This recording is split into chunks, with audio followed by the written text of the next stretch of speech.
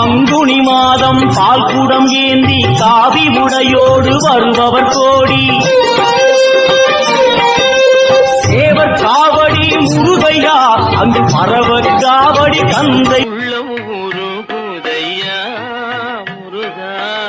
உன்னடி காண்கையிலே அள்ளி அணை